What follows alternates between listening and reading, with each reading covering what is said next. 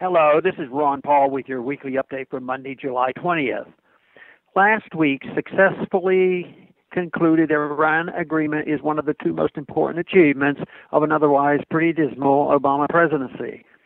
Along with the ongoing process of normalizing relations with Cuba, this move shows that diplomacy can produce peaceful, positive changes. It also shows that sometimes taking a principled position means facing down overwhelming opposition from all sides and not backing down.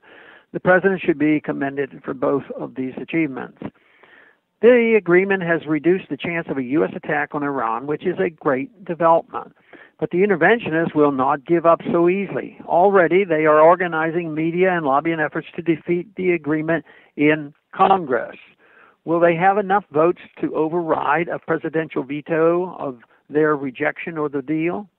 It is unlikely, but at this point, if the Neocons can force the U.S. out of the deal, it may not make much difference. Which of our allies who are now facing the prospect of mutually beneficial trade with Iran will be enthusiastic about going back to the days of a trade embargo? Which will support an attack on Iran that has proven to be an important trading partner and has also proven reasonable in allowing intrusive inspections of its nuclear energy program? However, what is most important about this agreement is not that the U.S. government officials have conducted talks with the Iranian government officials. It is that the elimination of sanctions, which are an act of war, will open up opportunities for trade with Iran.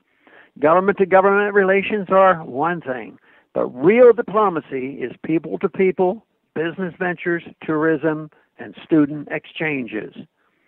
I was so impressed when travel personality Rick Steves traveled to Iran in 2009 to show that the U.S. media and government demonization of the Iranians was a lie, and that travel and human contact can help defeat the warmongers because it humanizes those who are supposed to be dehumanized.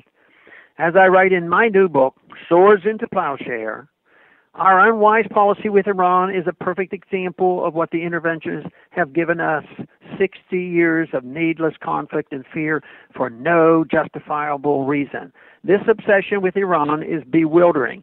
If the people knew the truth, they would strongly favor a different way to interact with Iran.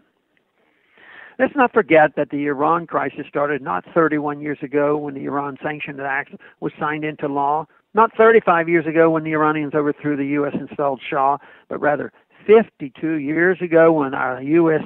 CIA overthrew the democratically elected Iranian leader Mossadegh and put a brutal dictator into power. Our relations with the Iranians are marked by nearly 6 decades of blowback. When the Cold War was winding down and the military-industrial complex needed a new enemy to justify enormous military spending, it was decided that Iran should be the latest threat to the United States. That's when sanctions really picked up steam. But as we know from our own CIA National Intelligence Estimate of 2007, the stories about Iran building a nuclear weapon were all lies. Those lies continue to be repeated to this day.